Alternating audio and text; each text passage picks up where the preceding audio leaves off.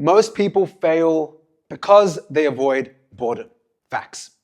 The reason is because a lot of us, Gen Z, Instagram, TikTok, brain-rotted individuals, love the high of the new.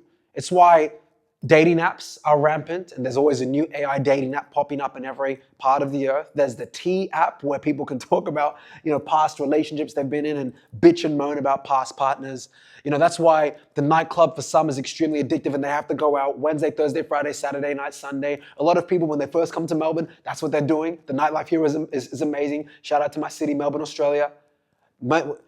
Other people, it's the high of food. Other people, it's alcohol. Other people, it's drugs. So when you're able, especially in this generation, I'm gonna be honest with you guys, I genuinely, and I'm not saying this to be, humble per se, I am not the best salesman in the world. I am not one of the best salesmen in Melbourne. I worked in corporate with better salespeople that should have smoked me, that should have made 10 million by 25, way more than I've made.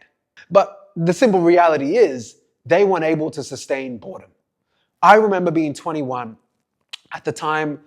Kosa, which is now a content business, was actually more on the fashion side. And, that will be explored probably in my late 20s, early 30s. And those that are watching this, remember this will all be full circle in a couple of years.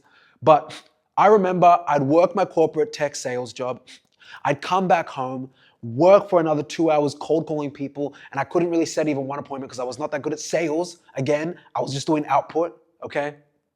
And then what happened was, after all of that, I'd then spend 1 or 2 hours making notes, studying fashion trends. What you guys don't understand is I probably have a more in-depth knowledge of fashion than 85% of you guys watching.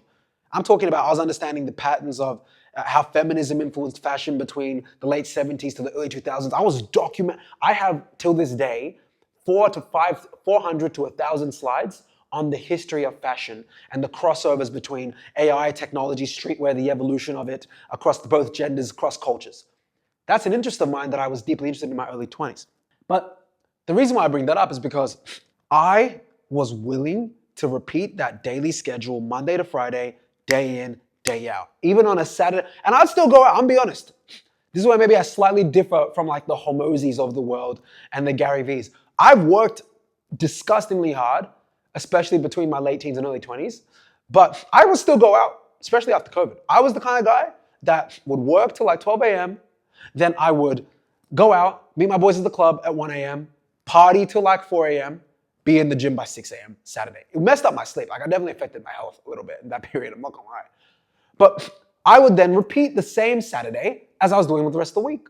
Wake up, gym, corporate stuff, sales stuff for my agency, creative stuff for Kosa. Day in, day out. And it wasn't until I was 23 where I was able to regain that momentum again. But that momentum that I gained was the result of extensive boredom. And boredom is actually a very selfish thing. Oh, boo-hoo, you're bored that you get to live, eat, and breathe in the same pattern that keeps you alive every day. Oh, what a blessing it is to be bored. Do you know how many people in different... I'm Nigerian. I've been to Nigeria. By the way, parts of Nigeria are very amazing for those of you that don't know. But I've been to Bali. I've been to New Zealand, I've been to Cambodia. And when I was 16, I had a kid that I was helping sponsor. And we were building schools in Cambodia when I was 16 years old. Guys, I can assure you, those kids that I was dealing with and helping teach English to, when I was 16, if they saw what your boring day in the life would be like, they'd kill for it.